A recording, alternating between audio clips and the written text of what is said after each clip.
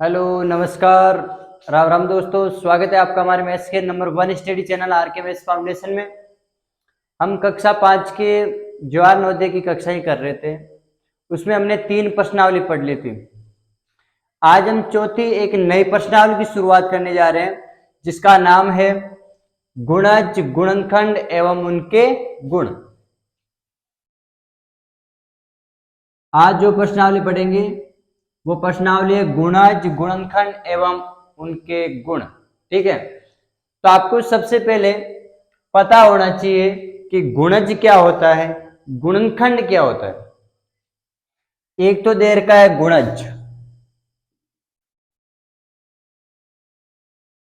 और एक हमें दे रखा है गुणनखंड। दोनों में क्या भिन्नताएं हैं वो देखनी है हमें। ठीक है, और एक आएगा जो आएगा वो आएगा अपने अभाज्य गुणनखंड।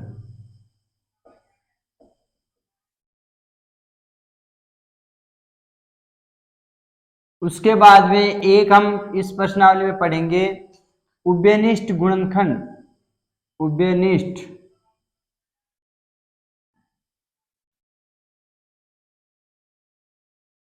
उसके बाद में एक चीज और पढ़ेंगे हम, उभयनिष्ठ गुणज।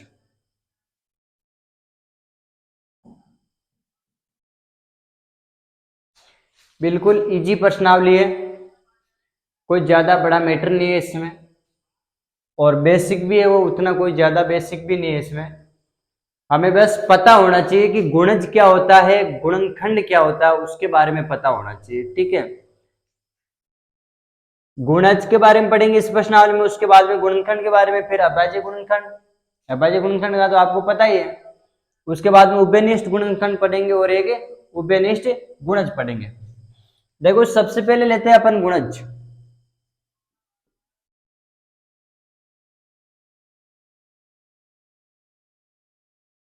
देखो गुणज क्या होता है। गुणज होता है किसी संख्या को 1 2 3 4 ऐसे क्रम से गुणा करते जाते हैं, तो वो उस संख्या का क्या कहलाता है, गुणज कहलाता है। जैसे आपको पूछ लिया कि भाई 6 का गुणज क्या होगा, जैसे आपको पूछ लिया कि 6 का गुणज क्या होगा, तो आपको क्या करना है, 6 का कहने का मतलब 6 को 1 से गुणा करना है, पहले 2 से गुणा करना है, 3 से गुणा करना है, 4 से गुणा करना है, तो ये सारे क्या हो जाएंगे, कहना मतलब 6 का पहाड़ा लिखना है। पहले 6 को 1 से गुणा करेंगे, 6 को 1 से गुणा करेंगे कितना आएगा, 6 आएगा। फिर 6 को 2 से गुणा करेंगे कितना आएगा, 12 आएगा। फिर 6 को 3 से गुणा करेंगे 18 आएगा। 6 को 4 से गुणा करेंगे 24 आएगा। फिर 6 को 5 से गुणा करेंगे कितना आएगा, 30 आएगा। तो ऐसे गुणा करते जाएंगे, फिर 6 से गुणा करेंगे, फिर 7 से गुणा करेंगे। तो जो गुणा करने पर जो मान आता है, जो गुणा करने पर जो मान आता है 6 12 18 24 और 30, ये सारे 6 के क्या है, गुणज है। इस 6 के क्या है, गुणज है। कौन कौन से, 6 12 18 24 30। ठीक है ना, तो वो सारे क्या कहलाते हैं, गुणज। कहने का मतलब इस 6 का किस किस में भाग जा रहा है, वो इसका क्या होगा, गुणज होगा। कोई सी भी संख्या ले लो, किसी भी संख्या का गुणज पूछ ले तो उसको क्या करना है, 1 से गुणा करना है, फिर 2 से गुणा करना है, फिर 3 से गुणा करना है। इसमें प्रश्न ऐसे आएगा कि 6 के प्रथम 5 गुणज ज्ञात कीजिए, तो ये पहले 5 गुणा, पहले 1 से गुणा करना है 5 के लिए, फिर 2 से, फिर 3 से, फिर 4 से, फिर 5 से। फिर ऐसे पूछ लिया कि 6 के प्रथम 3 गुणज ज्ञात कीजिए, तो 3 तक गुणा करो। 6 को 1 से गुणा करो पहले, फिर 6 को 2 से गुणा करो, फिर 6 को किससे गुणा करो, 3 से गुणा करो। तो प्रश्न ऐसा आएगा, जैसे प्रश्न ऐसे पूछेगा आपको कि 8 के प्रथम 4 गुणज क्या होंगे।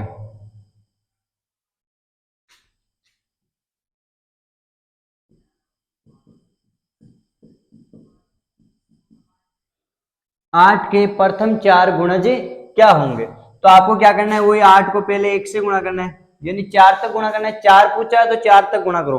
8 को पहले 1 से गुणा, फिर 8 को 2 से गुणा करेंगे, फिर 8 को किससे गुणा करेंगे, 3 से गुणा करेंगे, फिर 8 को गुणा करेंगे 4 से, 8 को 1 से गुणा करेंगे 8, फिर 16, 8 को 3 से गुणा किया 24, 8 को 4 से गुणा करेंगे 32। तो ये 4 8 के क्या हो गए, प्रथम 4 गुणज, प्रथम 4 गुणज हो गए। ये सारे क्या हो गए, कौन कौन से, 8 16 24 32, ये 8 के प्रथम 4 गुणज है, किसके, 8 के प्रथम 4 गुणज है। ठीक है, तो प्रश्न किसी गुणज क्या होता है, गुणज वह संख्या होती है जिसमें जिस संख्या का गुणज पूछा है उसमें भाग चला जाए उस संख्या का। ठीक है ना, कहने का मतलब किसी भी संख्या का गुणज पूछे तो उसको क्या करना है, उस संख्या को पहले 1 से गुणा करो, फिर 2 से गुणा करो, फिर 3 से गुणा करो, फिर 4 से गुणा करो।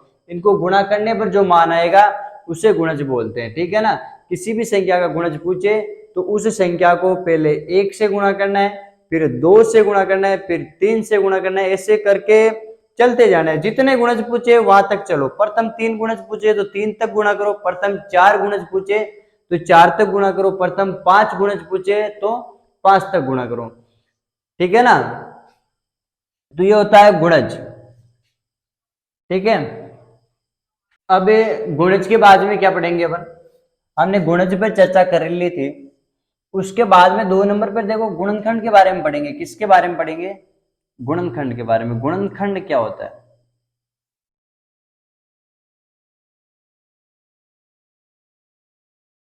गुणनखंड वह संख्या होती है जिसमें किस किस संख्या का भाग जा रहा है, जिस जिस संख्या का उसमें भाग जाता है वही उस संख्या का क्या कहलाता है, गुणनखंड कहलाता है। ठीक है ना, किसी भी संख्या का गुणनखंड निकालना है तो उस संख्या में पता लगाना है कि भाई इस संख्या में गुणनखंड, कहने मतलब इस संख्या में किस किस का भाग जाएगा, जिस जिसका भाग जा रहा वही उस संख्या का क्या हो जाएगा, गुणनखंड हो जाएगा। क्या हो जाएगा, गुणनखंड। अभी चर्चा करते हैं, जैसे आपको पूछ लिया 8 के गुणनखंड बताइए, आपको पूछ लिया 8 के गुणनखंड कीजिए, क्या करना है, गुणनखंड। तो आपको पता लगाना है, कहां तक देखना, कहां तक है, देखो पूछा किसका, हमें 8 का पूछा तो हमें 1 से 8 तक ही चेक करना है, 1 से 8 के बाद में कोई मतलब नहीं है, और 8 तक भी चेक नहीं करना है। 8 के पूछे तो कहां तक चेक करना है, 8 का आधा कितना होता है, 4 तक, 1 से 4 तक, 1 से 4 तक पता लगाना है किस किस संख्या का भाग जाता है। उसके बाद में सीधा लास्ट में खुद का भाग तो जाता ही है, कोई सी भी संख्या उसमें खुद का भाग तो जाता है। उसके बाद उसके आधे तक तो चेक करना है, जैसे 8 का पूछा तो 4 तक, 1 से लगा के 4 तक चेक करना है किस किस संख्या का भाग जा रहा है। उसके बाद में खुद लिख दो अगला। ठीक है, अब 8 का गुणनखंड पूछा है तो इसका मतलब 1 से 4 तक चेक करो। 8 का आधा 4 होता है ना, इसका मतलब 1 से 4 तक चेक करना है, कहां तक, 4 तक, कि किस किस संख्या भाग जा रहा है। 1 से 4 तक ले देखो, 1 का भाग सब में जाएगा, एक प्रत्येक संख्या का गुणनखंड होता है, एक प्रत्येक संख्या का गुणनखंड होता है, ये बात नोट कर लेना। ठीक है, उसके बाद में 2 का भाग 8, 1 के बाद में आता है 2, 2 का भाग 8 में जाता है क्या, बिल्कुल 4 बार जाता है, 2 चौक 8 होता है। फिर 3 आता है 2 के बाद में, 3 का भाग नहीं जाता 8 में। उसके बाद में 4, 4 का भाग जाता है 4 दूनी 8। उसके बाद में देखो 4 के बाद में मैंने कहा था 4 तक ही पता लगाना है, 1 से लगा के 4 तक। उसके बाद में खुद को लिखना है डायरेक्ट, डायरेक्ट किसको लिखना है, खुद को। खुद 8 का तो भाग, खुद का तो भाग जाता है, कोई सी भी संख्या उसमें खुद का भाग तो जाएगा जाएगा, तो डायरेक्ट अब किसका भाग जाएगा, 8 का। तो इसका मतलब 1 2 4 8 ये क्या हो गए, इसके 8 के गुणनखंड, क्या हो गए, 8 के गुणनखंड। ऐसे आपको पूछ लिया कि भाई 27 के गुणनखंड बताओ, 28 के, सॉरी, मान लो यहां पर आपको पूछ लिया कि भाई 28 के गुणनखंड बताओ, 28 के गुणनखंड। तो अब देखो 28 का पूछा तो 28 का आधा कितना होता है, 14। हमें 14 तक चेक करना है, 1 से लगा के 14 तक, कहां तक, 1 से 14 तक ऐसी संख्या चेक करनी है जिसमें 28 में जिसका भाग जाना चाहिए। देखो 1 का तो 100% जाएगा, हर संख्या में जाता है। एक के बाद में आता है 2, 2 में 28 का भाग बिल्कुल जाता है 14 बार। 3 का भाग 2 के बाद में 3, 3 का भाग 28 में नहीं जाता। 4 का भाग बिल्कुल जाता है 7 बार। 5 का भाग नहीं जाता क्योंकि जिसके लास्ट में 0, 5 हो उसी संख्या में 5 का भाग जाएगा। 6 का भाग जिसमें 2 का 3 का दोनों का भाग जाता हो, इसमें 2 का तो जा रहा है लेकिन 3 का नहीं जा रहा, 6 का भाग नहीं जाएगा।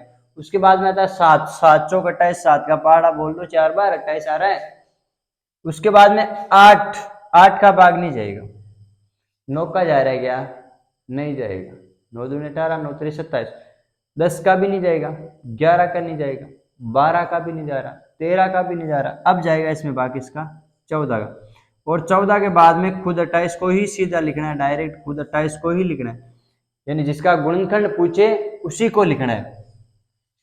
तो इसके गुणनखंड क्या हो गए? 1 2 4 7 14 28, ये गुणनखंड हो गए इसके, क्या हो गए?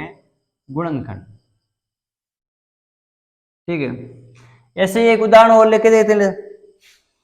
हमने ले लिया 27, पूछ लिया भाई 27 के गुणनखंड बताओ। तो वही 27 का आधा, 27 का आधा नहीं होता है पॉइंट में आ रहा, तो एक जोड़ के उसके बाद में कर लो आधा। 27 में एक जोड़ेंगे 14 होता है, सॉरी 28 होंगे। 28 का आधा 14, यानी 1 से 14 तक चेक करो। 1 का भाग तो सब में जाएगा। 2 का भाग जा रहा है क्या? जिसके लास्ट में 0 2 4 6 8 हो उसी में 2 का भाग जाता है, तो इसमें 2 का भाग नहीं जा रहा है। 3 का भाग 3 नाम 27। 4 का भाग नहीं जाएगा, 5 का भाग नहीं जाएगा, 6 का भाग भी नहीं जाएगा, 7 8 9 का भाग जाएगा। 9 तरी 27।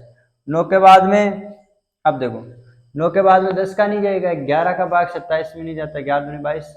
12 का भाग नहीं जाएगा, 13 का भाग नहीं जाएगा, 14 का भाग नहीं जाएगा, 14 दूनी 28, 27 से ज्यादा। तो अब 14 के बाद में 1 से 14 तक चेक करना है, 14 के बाद में डायरेक्ट किसको लिखना है? 27 को लिखना है। तो इसके ये गुणनखंड हो गए 1 3 9 7। किसी भी संख्या का गुणनखंड पूछे तो आपको उस संख्या का आधा करके, जैसे 16 मान लो 26 का गुणनखंड पूछ लिया, किसका पूछ लिया? 26 का, तो इसका आधा करना है। आधा मतलब 13, यानी 1 से 13 तक पता लगाना है किस किस संख्या का भाग जा रहा है, वो संख्या लिख दो। उसके बाद में डायरेक्ट 26 का पूछा तो डायरेक्ट 26 का ही भाग जाएगा, वो लिख दो। तो जिस जिस संख्या का भाग जा रहा है वो संख्या उसका क्या होगी? गुणनखंड होगी। क्या हो जाएगी? गुणनखंड हो जाएगी। ठीक है ना।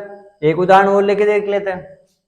जैसे आपको पूछ लिया भाई 40 का गुणनखंड, 40 का गुणनखंड। अब देखो आपको पता लगाना है, 1 से 40 का गुणनखंड पूछा तो इसका मतलब मैंने कहा था आधा करना है। क्या करना है? आधा। आधा कर दिया, इसका मतलब 1 से 20 तक पता लगाना है किस किस संख्या का भाग जा रहा है। पहली बात तो 1 का भाग तो सब में जाएगा, तो 1 तो 1 हो जाएगा। 1 के बाद में 2 का भाग जाएगा क्योंकि लास्ट में 0 है, बिल्कुल जाएगा। 3 का भाग 0 और 4 4 हो रहे हैं, 4 में 3 का भाग नहीं जाता है, तो 3 का भाग नहीं जाएगा। 4 का भाग बिल्कुल 40 में 10 बार, 4 का पहाड़ा 10 बार बोलेंगे तो जाएगा ना। 5 का भाग 5 का पहाड़ा 8 बार बोलेंगे, 5 8 40 आता है नहीं आता है, तो 5 का भाग भी जा रहा है। 6 का भाग नहीं जाएगा, 7 का भाग 7 के पहाड़े में नहीं आता, 8 का भाग 8 पंजे 40 बिल्कुल जा रहा है। 9 का भाग नहीं जाएगा, 10 का भाग जा रहा है 4 बार। 11 का नहीं जाएगा, 12 का नहीं जाएगा, 13 का भी नहीं जाएगा, 14 का भी नहीं जाएगा, 15 का भी नहीं जाएगा, 16 17 18 19 20 का जाएगा। डायरेक्ट किसका जाएगा? 20 का जाएगा। ठीक है, 1 से 20 तक तो ये देख लिए। अब मैंने कहा था गुणनखंड ज्ञात करने, तो उसके बाद में सीधा खुद को ही लिखना है, यानी 40 को खुद को ही लिखना है। इसमें अब किसका भाग जाएगा?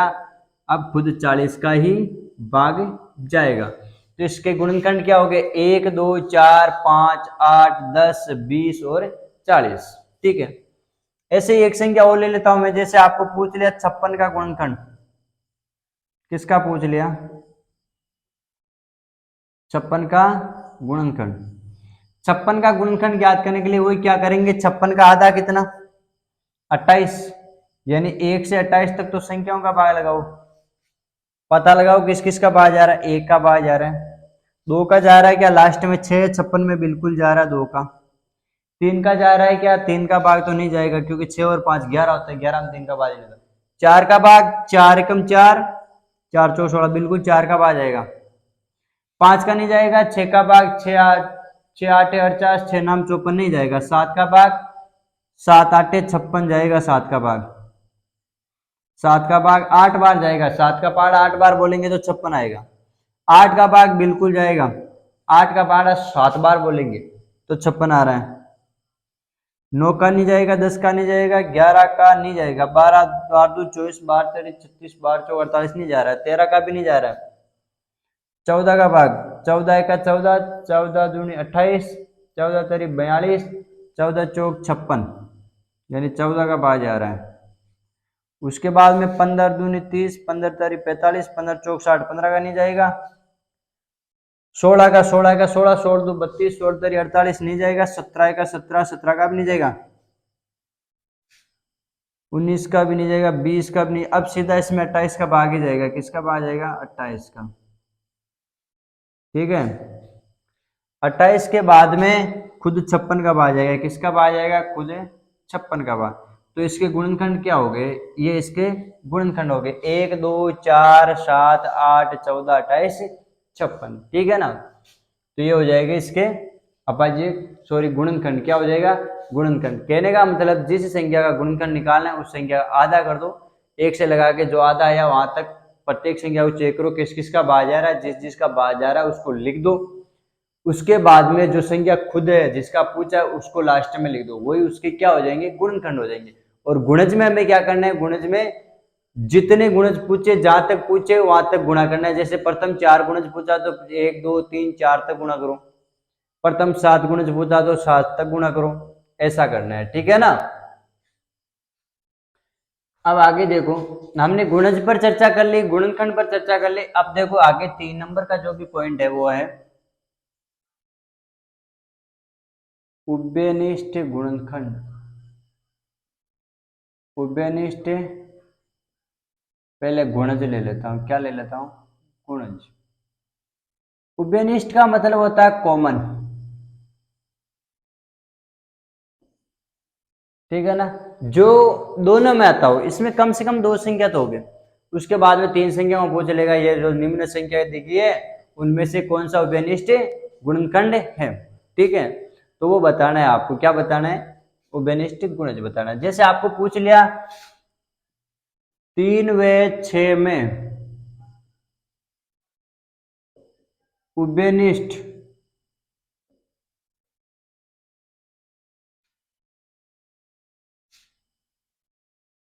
तीन व 6 में प्रथम 5 उभयनिष्ठ गुणज कौन से होंगे?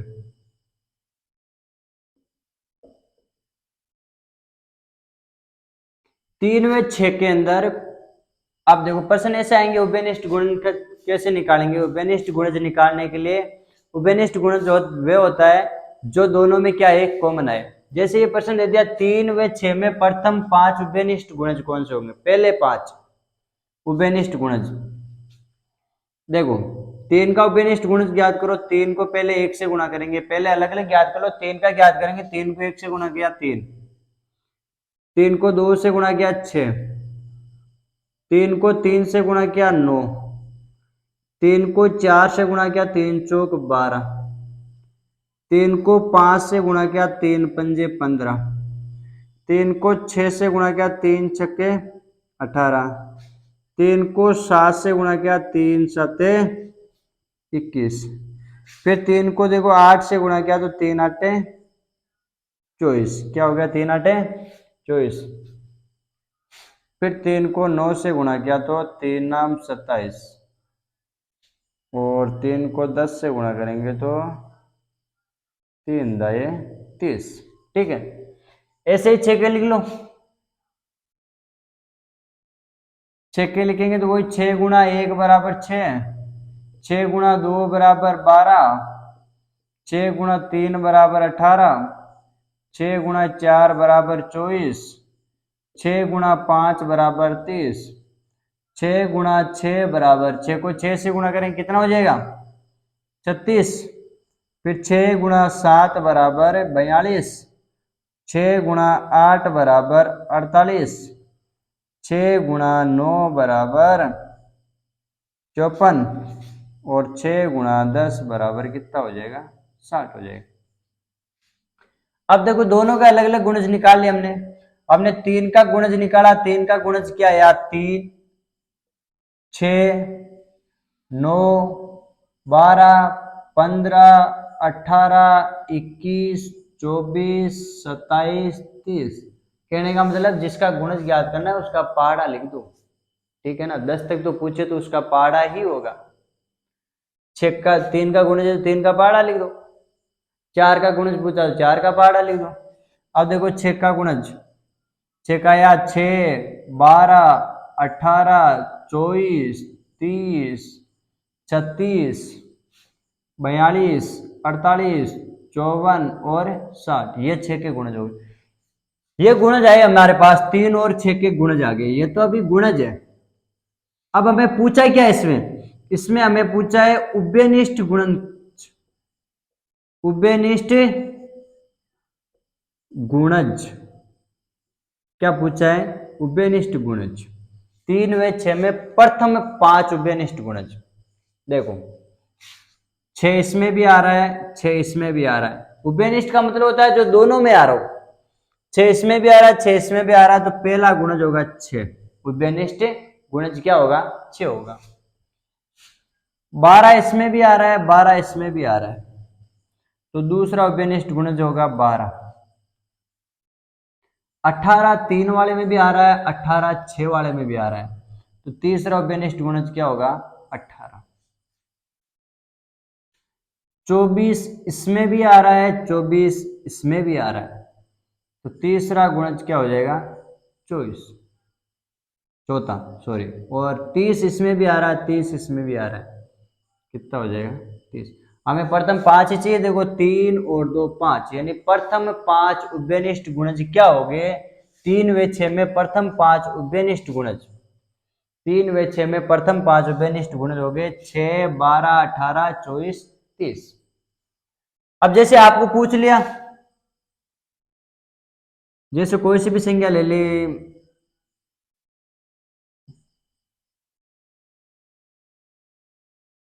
4 व 8 के। अगला देखते हैं, जैसे 4 व 8 के प्रथम 3 उभयनिष्ठ गुणज।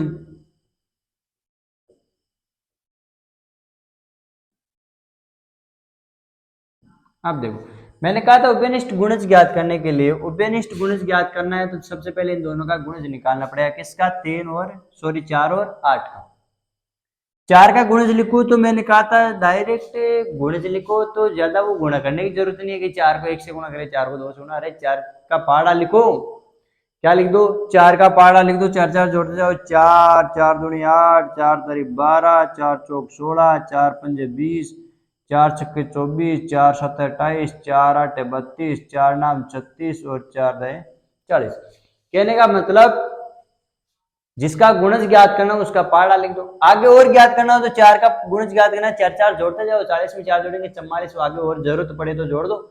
44 में 4 और जोड़ेंगे 48, 48 में 4 और जोड़ेंगे 52, 52 में 4 जोड़ेंगे 56, 56 में 4 जोड़ेंगे 60। ऐसे जरूरत पड़े तो आगे और जोड़ दो। ऐसे ही हमें 8 के गुणज निकालने, तो 8, 16, 24, 32, 40, 48, 56, 64, 72, 80। ये हमारे पास 4 व 8 के क्या आ गए? गुणज आ गए। क्या आ गए? गुणज आ गए। ये हमारे पास आ गए गुणज 4 व 8 के। हमें चाहिए उभयनिष्ठ गुणज। क्या चाहिए? उभयनिष्ठ गुणज। हमें इन दोनों में उभयनिष्ठ गुणज चाहिए, पहले 3 गुणज। देखो 8 4 में भी आ रहा है, 8 8 में भी आ रहा है, इसका मतलब पहला उभयनिष्ठ गुणज हुआ 8। 16 4 में भी आ रहा है, 16 8 में भी आ रहा है, तो दूसरा उभयनिष्ठ गुणज क्या हुआ? 16। 24 4 में आ रहा है, 24 8 में भी आ रहा है, इसका मतलब तीसरा उभयनिष्ठ गुणज क्या हुआ? 24। हमें 3 ही चाहिए तो 3 तक रुक जाओ, आगे करने की जरूरत नहीं है। कहने का मतलब उभयनिष्ठ गुणज पूछे तो क्या करना है? पहले कम से कम 2 संख्या का उभयनिष्ठ गुणज पूछेगा वो, कम से कम 2 संख्या का उभयनिष्ठ गुणज पूछेगा। तो जिसका उभयनिष्ठ गुणज पूछे क्या करना है, पहले जो भी संख्या है उसका उभयनिष्ठ गुणज, पहले गुणज ज्ञात करो, फिर उन गुणज में देखो कि भाई इसमें क्या क्या चीज दोनों में ही आ रही है, वही उसके क्या हो जाएंगे, उभयनिष्ठ गुणज। ठीक है ना। अब देखो उभयनिष्ठ गुणज कर लिया, अब अगला करते हैं उभयनिष्ठ गुणनखंड। देखो गुणज में क्या कर रहे थे, पहले उन दोनों जो भी संख्या जिनका उभयनिष्ठ गुणज ज्ञात करना है उन संख्याओं का गुणज ज्ञात कर रहे थे, उसके बाद में उनमें देख रहे थे क्या चीज कॉमन आ रही है, वही उभयनिष्ठ गुणज होगा उनका। ऐसे ही उभयनिष्ठ गुणनखंड होगा। उभयनिष्ठ गुणनखंड में क्या होगा, जिनका गुणनखंड पूछा है पहले उनका गुणनखंड ज्ञात करो, ठीक है, फिर उन दोनों में जो चीज कॉमन आ रही है वही उनका क्या होगा, उभयनिष्ठ गुणनखंड होगा। ठीक है ना, सेम चीज है दोनों। उभयनिष्ठ गुणनखंड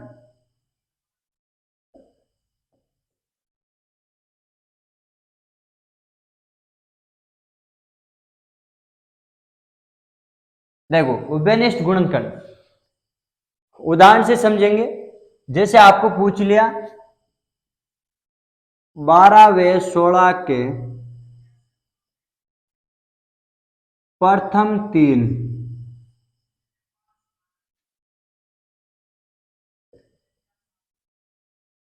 ऐसे मान लो, प्रथम 3 की जरूरी नहीं है, 12 व 16 में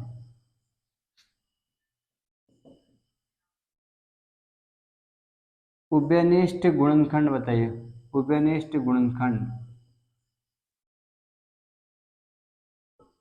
क्या होंगे। ठीक है, तो वही सबसे पहले अलग अलग गुणनखंड करना है। पहले 12 का गुणनखंड, 12 का गुणनखंड क्या होगा, मैंने गुणनखंड में एक चीज बताई थी, जिसका गुणनखंड ज्ञात करना है उसका आधा करना है। पहले क्या करना है, आधा करना है। 12 का आधा कितना होगा, 6। 12 का आधा 6 होगा, तो हमें 1 से लगा के 6 तक संख्याओं में देखना है किस संख्या का भाग जा रहा है 12 में। सबसे पहले 12 का गुणनखंड करेंगे तो 1 का भाग तो सब में ही जाता है, 1 का भाग। 1 के बाद में आता है 2, 2 का भाग 12 में जा रहा है, बिल्कुल जा रहा है। 3 का भाग 12 में जा रहा है, बिल्कुल जा रहा है, 3 चौक 12। 4 का भाग इसके बाद में, 3 के बाद में 4 आता है, 4 का भाग 12 में, बिल्कुल 4 तरी 12। 5 का भाग नहीं जाएगा, उसके बाद में 6, 6 का भाग 6 दूनी 12। 1 से 6 तक ही, इसके आधे तक ही करना है, आधा 6 था तो 6 तक तो देख लिया हमने संख्या। अब उसके बाद में हमें क्या करना है, उसके बाद में डायरेक्ट 12 लिखना है गुणनखंड ज्ञात करने के लिए, यही लिखना है। उसके बाद में 16, 16 का गुणनखंड देखो, 16 का गुणनखंड करेंगे तो वही 16 में, 16 का आधा कितना होगा, 8, यानी 1 से 8 तक संख्या देखनी है हमें। कहां तक, 1 से 8 तक। 1 का भाग जा रहा है 16 में, बिल्कुल जा रहा है। 2 का भाग देखो लास्ट में 6 आ रहा है, इसका मतलब 2 का भाग जाएगा। 3 का भाग नहीं जाएगा, 4 का भाग 4 चौक 16। 5 का भी नहीं जाएगा, 6 का भी नहीं जाएगा, 7 का भी नहीं जाएगा, 8 का भाग जाएगा, 8 दूनी 16। ठीक है, 1 से 8 तक ही देखना था हमें, 8 तक तो ले लिया हमने, 8 का भाग लगा दिया। 8 के बाद में डायरेक्ट क्या लिखना है, 16 लिखना है। क्या लिखना है, 16 लिखना है। ठीक है, तो उभयनिष्ठ गुणनखंड क्या हो जाएगा, दोनों में उभयनिष्ठ गुणनखंड,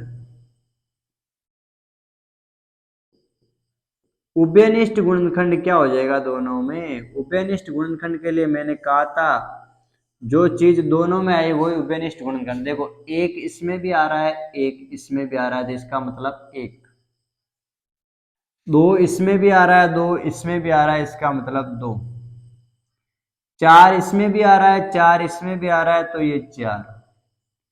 6 इसमें भी आ रहा है, 6 नहीं आ रहा है, 6 शायद इसमें नहीं आ रहा, इसमें आ रहा तो, लेकिन इसमें नहीं आ रहा। इसका मतलब उभयनिष्ठ गुणनखंड ये 3 होगा टोटल। कितना होगा, 3। 1, 2 और 4 उभयनिष्ठ गुणनखंड हो गए इसके। तो आपको गुणनखंड पूछे तो ऐसे निकालने उभयनिष्ठ गुणनखंड। आगे एक उदाहरण और लेके देखते हैं। अगला उदाहरण देखते हैं 15 व 25 में। 15 और 25 में पूछ लिया आपको, तो सबसे पहले वही 15 के गुणनखंड ज्ञात करो। 15 में किसका भाग जा रहा है, 15 के आधे, विषम संख्या आधा पॉइंटों में आ रहा है तो 1 जोड़ दो। 16, 16 का आधा 8, यानी 1 से 8 तक देखो पहले, कहाँ तक, 1 से 8 तक।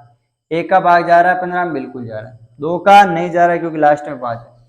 3 का भाग 3 पंजे 15, 4 का नहीं जाएगा, 5 का भाग 5 तेरी 15, 6 का भाग नहीं जाएगा, 7 का नहीं जाएगा, 8 का नहीं जाएगा। 1 से 8 तक ही देखना था हमें, तो अब लास्ट में लिख दो डायरेक्ट क्या, 15। क्या लिख देंगे, 15 लिख देंगे, ठीक है। उसके बाद में 25,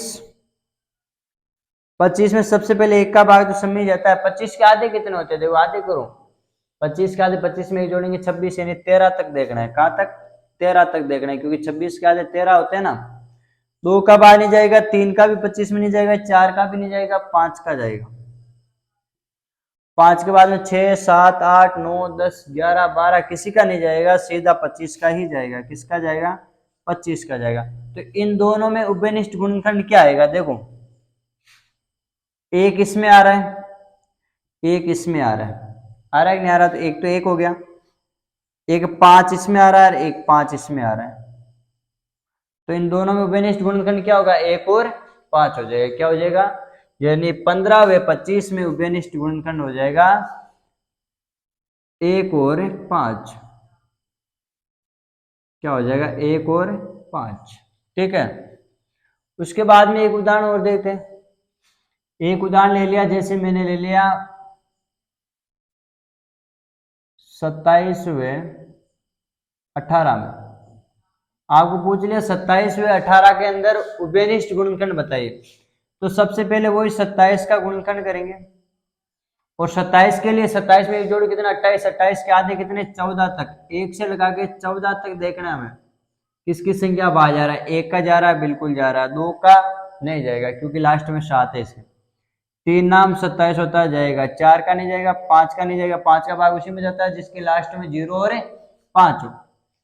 5 के बाद में आता है 4, 4 का भाग जा रहा है, सॉरी 5 के बाद में 6 आता है, 6 का भाग जा रहा है क्या, नहीं। 7 का नहीं, 8 का भी नहीं जा रहा, 9 का भाग 9 तरी 27, 10 का 11, 12, 13 किसी का नहीं जाएगा, खुद 27 का ही जाएगा, ठीक है। उसके बाद में 18 के गुणनखंड करूं,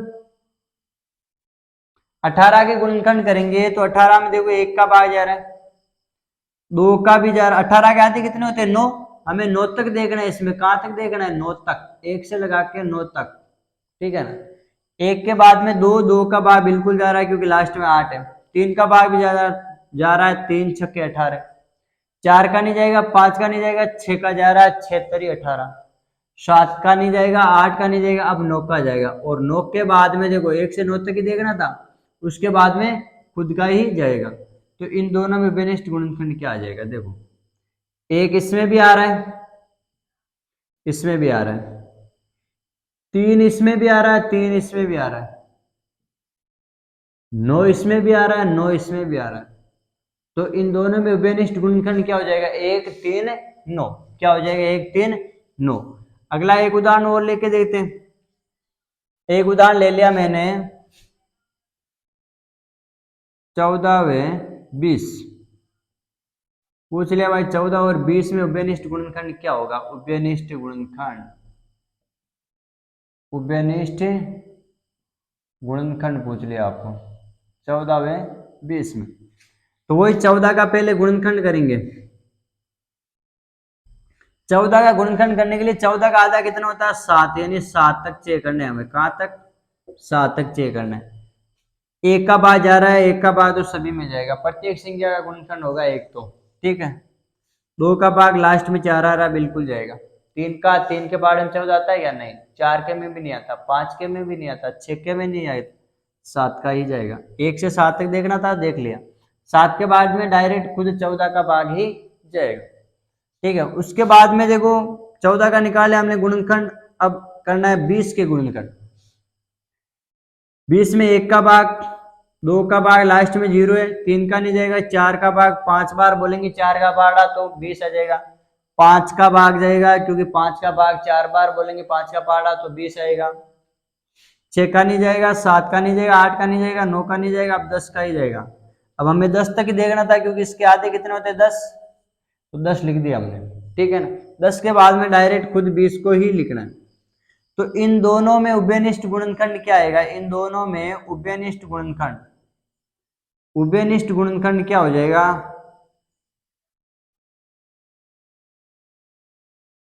उभयनिष्ठ गुणनखंड हो जाएगा, देखो एक इसमें भी आ रहा है, इसमें भी आ रहा है, दो इसमें भी आ रहा है, इसमें भी आ रहा है, यानी एक दो, दो के बाद में तो कोई संख्या मैच नहीं करे, तो ये दो उभयनिष्ठ गुणनखंड हो गए, एक और दो। तो कहने का मतलब उभयनिष्ठ गुणनखंड जिसका निकालना है उसके पहले गुणनखंड करना है, फिर उनमें देखना है कि क्या क्या चीज कॉमन आ रही है, क्या क्या चीज कॉमन आ रही है, वही उनके क्या हो जाएंगे, उभयनिष्ठ गुणनखंड हो जाएंगे। ठीक है ना। अब हम लास्ट करते हैं इस प्रश्नावली का, लास्ट जो बेसिक है वो है अभाज्य गुणनखंड। क्या? वैसे अभाज्य गुणनखंड मैंने बता दिया आपको, अभाज्य गुणनखंड करवा दिए, क्योंकि वर्ग, वर्गमूल और घन, घनमूल वाली प्रश्नावली में वर्ग निकालने की और वर्गमूल निकालने की और घनमूल निकालने की अभाज्य गुणनखंड विधि है, और उसमें अपन जो विधि लगा रहे थे, जिस टाइप में कर रहे थे, वो अभाज्य गुणनखंड ही है। उसके क्या है? अभाज्य गुणनखंड है। तो अभाज्य गुणनखंड में केवल अभाज्य संख्याओं का ही भाग लगाया जाता है। किनका भाग लगाया जाता है? अभाज्य संख्याओं का ही भाग लगाया जाता है। किनका? अभाज्य संख्याओं का। ठीक है ना, वही अभाज्य गुणनखंड होते हैं। जैसे आपको पूछ लिया 24 का अभाज्य गुणनखंड, तो आपको क्या करना है? अभाज्य संख्याओं का 24 में भाग लगाना है। अभाज्य संख्या सबसे छोटी 2 होती है, तो 2 का भाग देखो 24 में कितनी बार जाएगा? 12 बार। फिर 2 का भाग जा रहा है 12 में कितनी बार? 6 बार। फिर 2 का भाग 6 में जा रहा है कितनी बार? 3 बार। फिर 3 का भाग कितनी बार? 1 बार। तो इसके अभाज्य गुणनखंड क्या हो गए? जिन जिन का भाग लगाया उनको गुणा कर दो, वही उनके अभाज्य गुणनखंड है, यानी 2 गुणा 2 गुणा 2 गुणा 3।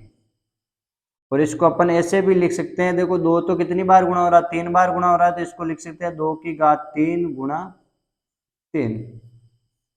ठीक है, यही अभाज्य गुणनखंड होता है। ठीक है ना।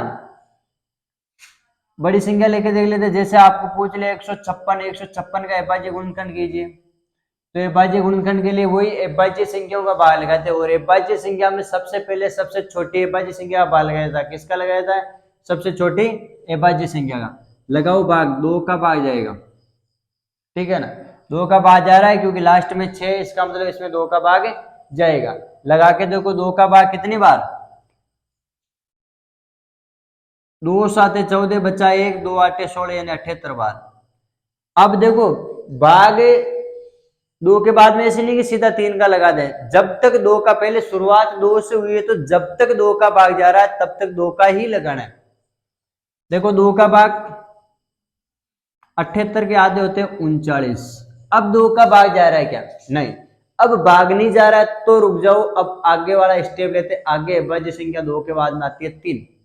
3 का भाग जा रहा है क्या? 3 की भाजकता का नियम बताया था मैंने, जिस संख्या में अंकों का योग 3 से भाज्य हो वो संख्या 3 से भाज्य होगी। तो 9 और 3 कितना होता है? 12। कितना होता है? 12। 12 में 3 का भाग जाता है, बिल्कुल जाता है, तो इसमें भी 3 का भाग जाएगा। 3 का भाग देखो, 3 में 1 बार, 3 3 9, यानी 13 बार। फिर अब इसमें किसका जाएगा? 13 तो खुद अभाज्य संख्या है, तो खुद के अलावा खुद किसी में भाग नहीं जाएगा इसमें। तो इसके गुणनखंड क्या हो गए? देखो 2 बार तो 2 का भाग लगाया, 2 बार तो हमने, 1 बार हमने 3 का भाग लगाया, 1 बार हमने 13 का भाग लगाया। और इसको ऐसे भी लिख सकते हैं 2 की घात 2 गुणा 3 गुणा 13। ठीक है, एक संख्या का अभाज्य गुणनखंड और कर लेते हैं। जैसे आपको पूछ लिया 6400, क्या पूछ लिया? 6400, इसके अभाज्य गुणनखंड क्या होंगे? तो वही सबसे छोटी अभाज्य संख्या 2 का भाग लगाना है। 64 का आधा कितना होता है? 32, यानी ये हो जाएगा 3200। फिर वापिस 2 का भाग जा रहा है क्योंकि लास्ट में 0 है, इसका मतलब भाग पहले 2 का ही लगाना है। 32 के आधे होते हैं 16, यानी 1600। अभी भी 2 का भाग जा रहा है क्योंकि लास्ट में 0 है, इसका मतलब 800 बार। 1600 के आधे 800। फिर 2 का भाग 800 में 800 के आधे कितने? 400। फिर 2 का भाग 400 के आधे कितने? 200। फिर 2 का भाग 200 के आधे कितने? 100। फिर 2 का भाग 100 के आधे कितने? 50। फिर 2 का भाग 50 के आधे कितने? 25। अब 2 का भाग नहीं जा रहा क्योंकि लास्ट में क्या आ गया? 5। 3 का जा रहा है कि अगली अभाज्य संख्या 3 है, 3 का नहीं जाएगा क्योंकि 5 और 2 7 7 में 3 का भाग नहीं देता। तो 3 के बाद में अगली अविभाज्य संख्या होती है 5। 5 का भाग लगाओ, 5 का भाग 25 में कितनी बार, 5 बार, और फिर 5 का भाग 5 में 1 बार। तो इसका मतलब इसके अविभाज्य गुणनखंड करें तो देखो कितनी बार 2 आ रहा है, 1 2 3 4 5 6 7 8, 8 बार तो हमने 2, 1 2 3 4 5 6 7, ये 8 बार तो 2 का बाल गया, फिर 2 बार 5 का बाल गया, 2 बार 5 का बाल गया। और इसको शॉर्ट में ऐसे लिख सकते हैं, क्योंकि 8 बार 2 का बाल गया तो 2 की घात तो कितनी, 8, बीच में गुणा का चिन्ह, 5 का बार कितनी बार लगाया हमने, 2 बार लगाया, यानी 5 की घात 2। तो ऐसे करते हैं अविभाज्य गुणनखंड। तो आज हमने इस प्रश्नावली के गुणज, गुणनखंड एवं उनके गुण में इसकी बेसिक जानकारी पढ़ी थी।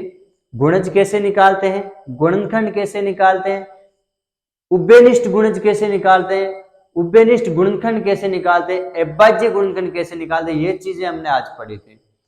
कल अपन दूसरे भाग में इसके प्रश्न उत्तर करेंगे। इसमें बेसिक चीजें इतनी है, प्रश्नावली कोई ज्यादा हार्ड नहीं है, बिल्कुल टप तो 1% है भी नहीं, बिल्कुल इजी प्रश्नावली है, ठीक है ना। तो अगले वीडियो में अपन इस प्रश्नावली के प्रश्न उत्तर करेंगे। तो आज के लिए इतना ही, धन्यवाद।